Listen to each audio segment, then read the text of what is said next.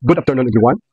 Ah, for today's video, guys, is meron tayong pag-usapan natin ang tungkol sa mainit na pangyayari ngayon sa ating bansa, sa Senado, sa Blue Ribbon Committee na pinamumunuan ni Attorney Rodante Marcolita. So bago ang lahat, guys, is hinihingi ko ang inyong follow and like the video, guys, at share para marami ang makapulot ng sa mga ah, hindi alam kung ano ang nangyayari sa ating bansa. No? So mayroong obserbasyon, guys. Ang una kong obserbasyon is lahat ng, di ba, ang unang issue talaga is si BBM. Hindi ko na ikagalangan kasi hindi kagalang-galang ang putang ina yan. So, ganito, guys. Ang unang talaga mangyari is nagyayabang siya. Nung sunan niya, nagyayabang siya na mayroon siyang siya mismo. Diba? Doon mo palang makikita mo na may alam siyang mga project sa panahon niya. Kasi, sinabi niya, guys, na mayroon tayong 5,500 na flood control project. Diba? Nalala niyo ba yun, guys? So, wait lang, guys. Mayroon lang ako.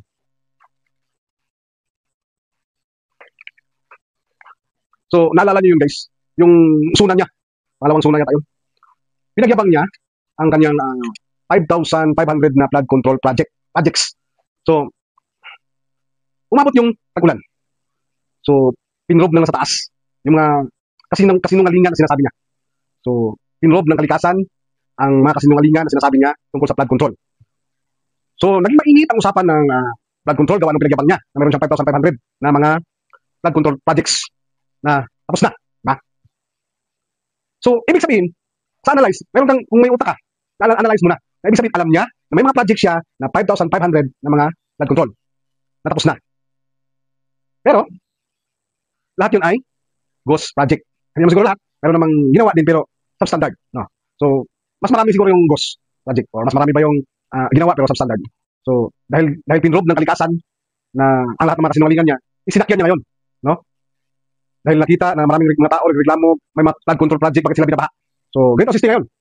Nagkunwari siya na ikutin yung buong bansa na mayroong mga flood control projects. So, parang hindi niya alam yung mga pangyayari. Pero alam niya dahil siya mismo nagyabang. Diba? Correct me if I'm wrong. Alam niya kasi siya mismo sa sunan niya ang nagyabang na mayroon siyang 5,500 na flood control project na tapos na. Diba? So, yung pag-ikot niya is palabas lang yan. Palabas lang. Para, kunwari, kini-question niya. Ngayon, dahil sa sobrang init na, talagang mas lalong nag-trending, nag-uusapan. So, nakarating ng Senado, inimbestigahan ng Senado. So, ang nangyari is, sinakyan ulit nila. Ngayon, gumawa sila ng paraan sa Senado para mahinto ang investigasyon. No? Tinanggal nila gumawa sila ng paraan na matanggal si Jesus Escudero, na magbutuhan sila. So, sigurado ako, lahat ng mga senador na bumoto, sigurado ako, may tinapal dyan. 100% yan, may tinapal sa kanila yan.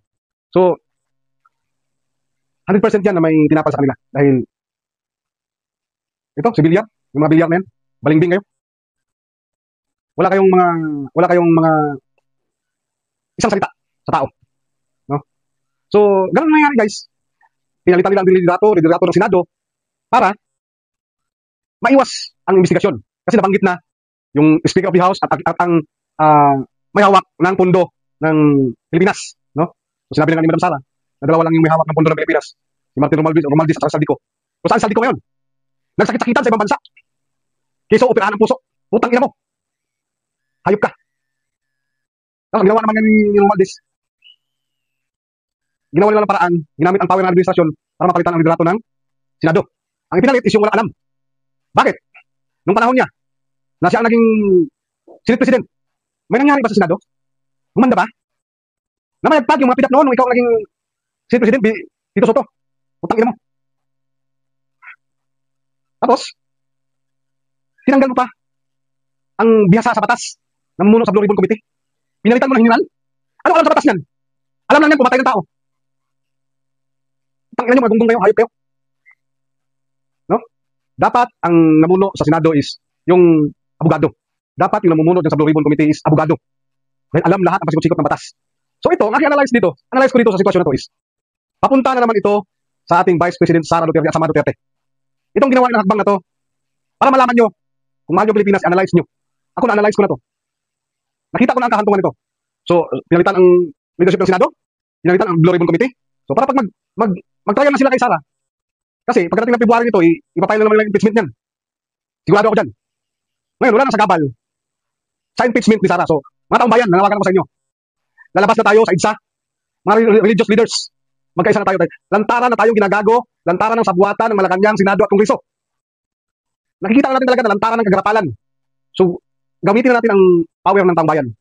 Gamitin na natin ang people power. Para sa ating bayang Pilipinas. Kung mahal natin ang Pilipinas, guys. Ako mahal ko ang Pilipinas.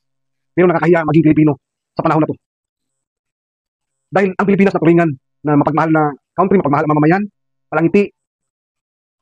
Naturingan tayo ng ganun.